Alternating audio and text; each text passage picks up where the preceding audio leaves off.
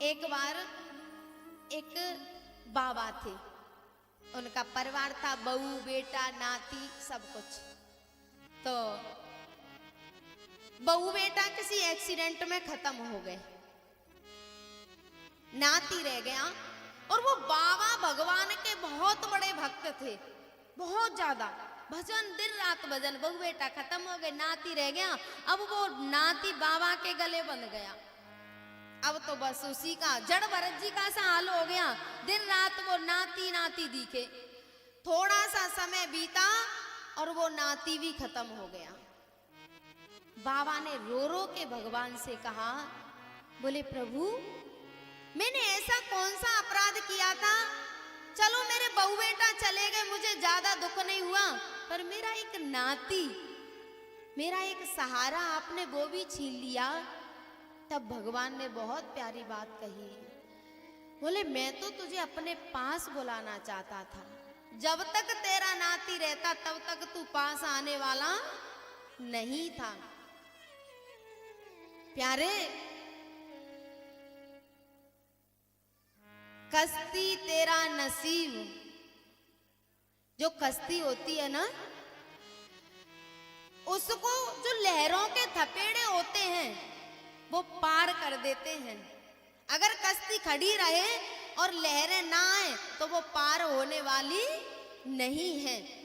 प्यारे, जब परमात्मा अपने पास बुलाता है तो हमारे ये संत भगवान इस बात के अनुभवी हैं।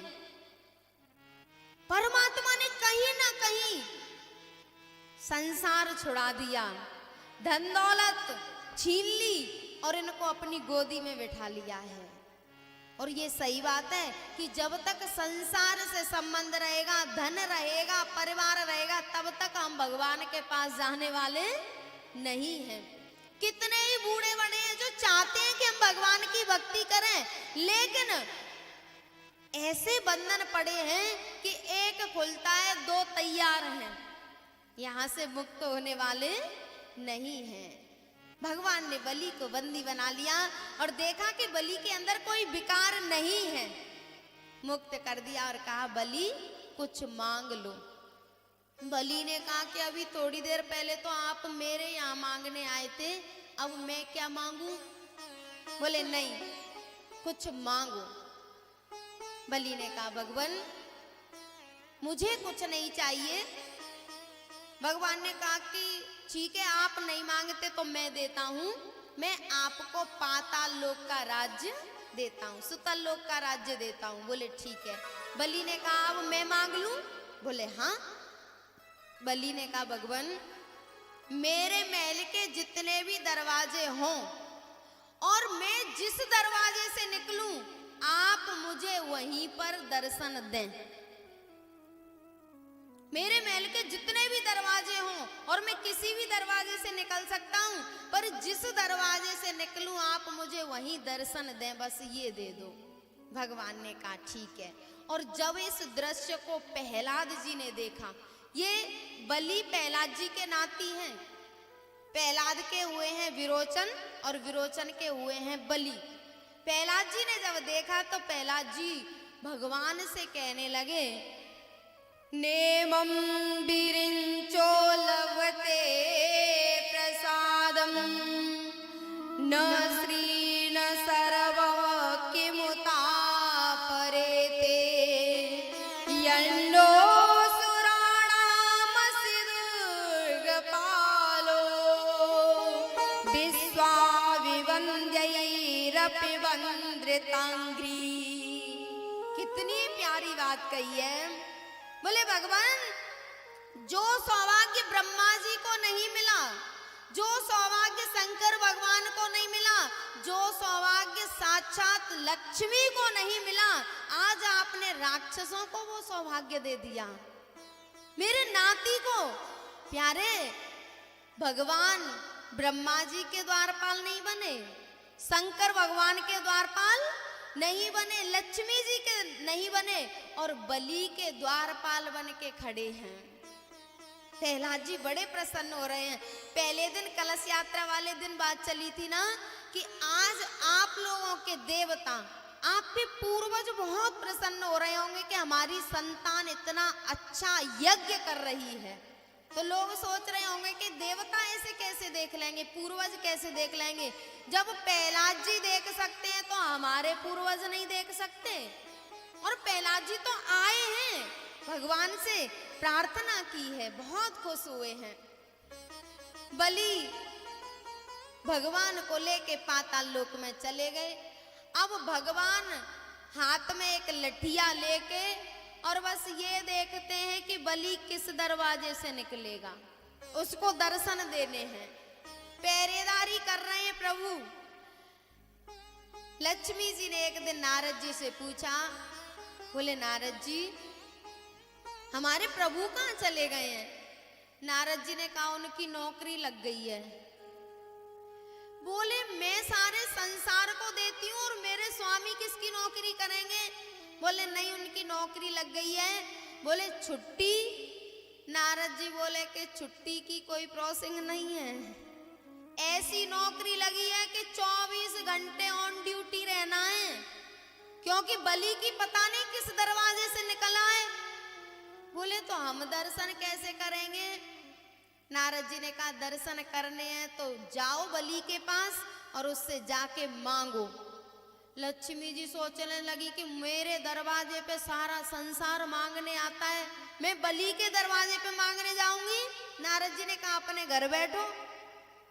लक्ष्मी जी ने कहा ठीक है तो जाना पड़ेगा।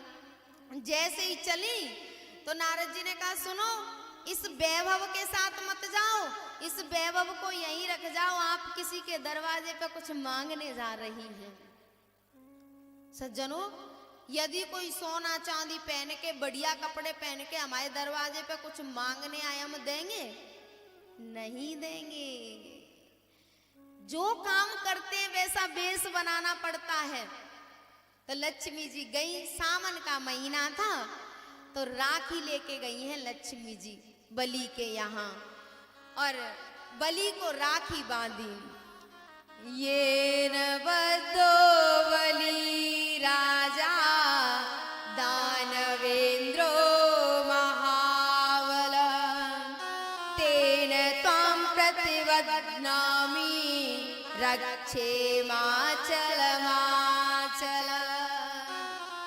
लक्ष्मी मैया ने मंत्र बोल के राखी बांधी बलि के और कहा कि इस राखी का मतलब होता है कि तुम मेरे आज से भैया हो गए और मैं तुम्हारी बहन, और तुम जीवन भर इस कच्चे धागे के बंधन में बंध के मेरी रक्षा करोगे। बोले ठीक है। बोले आप हमारी बहन हो गई हैं तो अब कुछ मांग लो। लक्ष्मी जी ने कहा भैया मेरे यहाँ किसी चीज की कमी नहीं है, मैं क्या मांगू? बोले फिर भी राखी बंधाई, कुछ तो देना पड़ेगा। तब लक्ष्मी जी ने कहा ना मन में कछु कामना, भोगन की भरमार। ना मन में कछु कामना, भोजन की भरमार।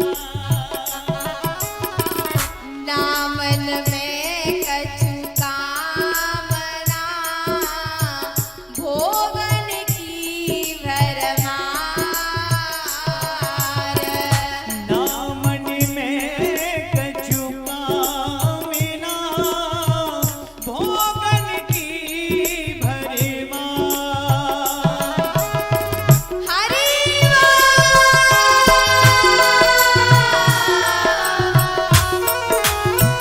शंकर भगवान की। भैया सच में ये कुमेरी वाले बहुत बेकार हैं। बताऊं क्यों? कथा सुनने के लिए तो ये इनके कान समुद्र बन गए हैं।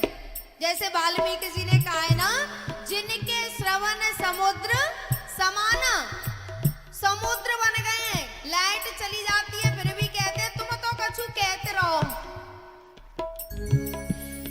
इतने अच्छे श्रोता हैं, लेकिन जब ताली बजाने का नंबर आता है तो ये बहुत कंजूसी करते हैं।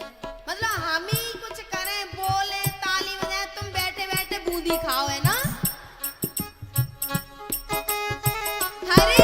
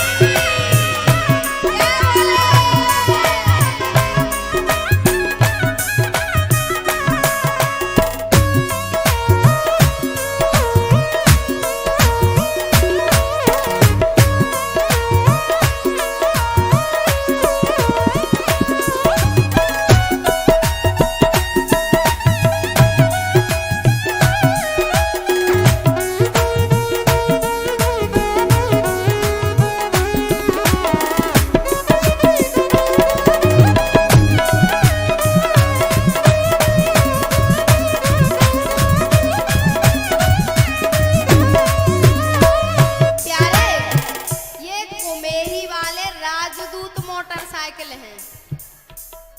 बताऊं कैसे? राजदूत मोटरसाइकिल में देख के चालू नहीं होती, और चालू हो जाती तो फिर बंद नहीं होती। इनको पहले तो बार बार कहो कि ताली बजाओ, ऊपर सीधे हाथ करके बजाओ, और जब बजाना शुरू कर देते तो मैं नीचे हाथ कर लेती हूँ, इशारे करती हूँ नीचे कर लो, तो करते नहीं हम तो बजाएंगे। प्यारे, जब मैं ऊपर हाथ करके बजाऊं तो तुम भी बजाओ, जैसे मैं नीचे कर लूं तो तुम भी कर लिया करो, ठीक है? नहीं तो तुम फेल नहीं हो, तुम्हारा टीचर फेल है।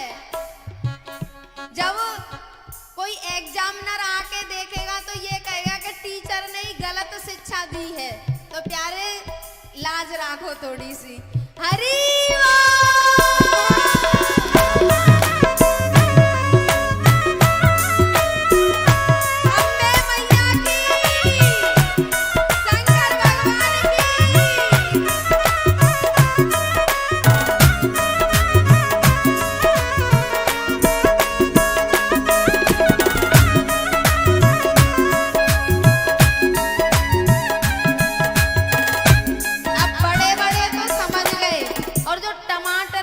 खड़े हैं वो नहीं समझ रहे, छोटे छोटे बच्चे वो नहीं समझते। ना मन में कछु कामना, भोगन की भरमार। ना मन में कछु कामना, भोगन की भरमार। भैया मुझको दीजियो अपनो चौकीदार। भैया मुझको दीजियो अपना चौकीदार। भैया, अब ये लक्ष्मी जी बलि की बेइज्जती नहीं कर रही हैं? जो एक ब्राह्मण को अपना सब कुछ दान दे सकता है, वो बहन को देने में कंजूसी करेगा क्या? और लक्ष्मी जी कह रही है कि एक चौकीदार दे दे। बलि ने कहा, ए मंत्री, जाओ 1000 चौकीदार मेरी बहन को दे दो। अब चौकीदार ने सुना कि ये तो लक्ष्मी जी आ गई, अब धीरे धीरे सरकते आ गए। इशारा किया, ऐसे मत मांग, नहीं तो किसी चौकीदार का हाथ पकड़ा देगा कि ले जा। बोले तो क्या करूं? बोले स्पष्ट कह दे, एकदम क्लियर। बोले ठीक है। ना मन में कछु कामना, भोगन की भरमार। ना मन में कछु कामना, भोगन की भरमार। भैया मुझको दीजिए तेरा जेई चौकीदार।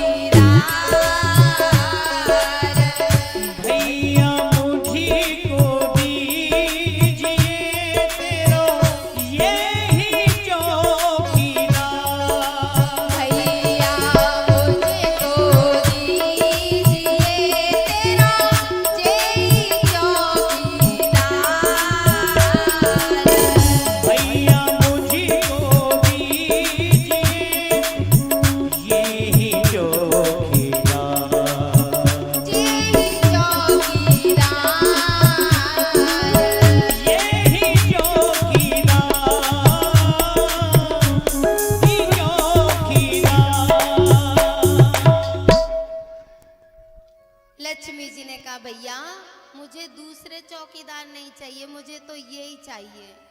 बलि ने कहा, बहन तूने चौकीदार नहीं मांगा, तूने तो मेरे प्राण मांग लिए। ये चौकीदार नहीं है, इसको तो मैंने अपना सब कुछ दांव पर लगाने के बाद पाया है और तूने इसी को मांग लिया। लक्ष्मी जी ने देखा कि बलि दुखी हो रहा है। बोले तो बता फिर मैं क्या करूं। बलि ने कहा एक काम करते हैं, आधा आधा कर लेते हैं। चौकीदार को लगा के अब ये काट पीट करेगा, क्योंकि भक्त के बस में है भगवान और भक्तन ने मोकू नाना बातें नचायो। भगवान ने कहा कि वहां से तो यहाँ ले आया, अब ये काट पीट करेगा। भगवान ने लक्ष्मी जी से कहा कि मुझे तो यहीं रहने दो, तुम जाओ। लक्ष्मी जी ने कहा भैया काट के आधा आधा करके मेरे किस काम का रहेगा। बोले बहन मैं इस चौकीदार को नहीं काट रहा। बोले तो बोले साल में 12 महीने होते हैं ना। बोले हाँ। बोले 6 महीने ये तुम्हारे पास रहेंगे और 6 महीने मेरे पास। और प्यारे अभी भगवान नीचे ही हैं, सुतरलोक में हैं।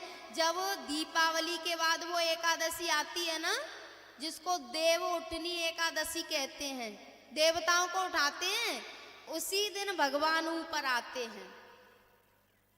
तो लक्ष्मी जी भगवान को लेके गई हैं अपने धाम।